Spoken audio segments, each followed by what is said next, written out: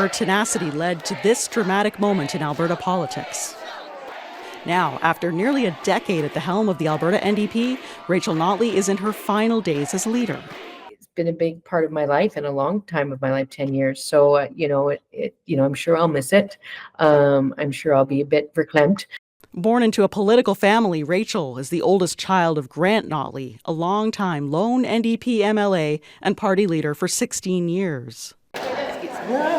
A labor lawyer before she was first elected in 2008, Notley became leader in 2014. The NDP had 4 seats in the legislature. Experts say Notley capitalized on voters' concern about how the progressive Conservative government was managing the economy, the shifting allegiances on the right, cratering support for other left-leaning parties, and this pivotal election debate moment with former PC Premier Jim Prentice. I do need to clarify that 10% to 12%. Absolutely incorrect. I know that math is difficult. On May 5th, 2015, Notley's party cracked an 80-year streak of Conservative power in Alberta. And while I am personally saddened by the decision, the voters are always right. But the Notley government had huge challenges. There were 54 MLAs, most of them rookies. Notley had promised to restore spending on health and education, to make Alberta an environmental leader. But Canadian oil prices were in the dumps. Alberta couldn't move enough of it to market, and critics couldn't understand why the NDP would raise corporate taxes at a time like this. I think where they fell down was really in that management of an economy as large as the province of Alberta. And frankly, they didn't have the experience to do it. Notley phased out coal plants. She boosted the minimum wage and cut child poverty. But new farm labor laws and a provincial carbon tax rankled rural voters. Jason Kenney. And in the 2019 election, a united right won a commanding victory. But behind the official opposition benches, the NDP political machine was gaining strength.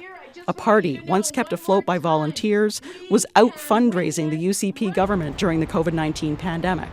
She's brought in some serious talent. Their day-to-day operations are very impressive. However, tonight I also know that we are all very deeply disappointed in the overall result. Notley was determined to regain government in 2023.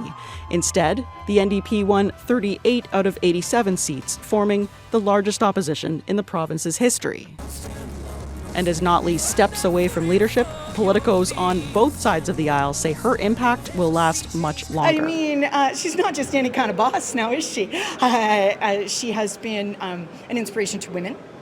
She has never shied away from a tough fight. You always know where your North Star is with Rachel Notley. I think they had lots of opportunities to win that last election, and there were 4 parties. This Conservative political analyst says the fierce competition to succeed Notley shows just how far she has brought the party. It wasn't the case when Rachel Notley first won the leadership. It wasn't seen as the crown for progressives in Alberta like it is now.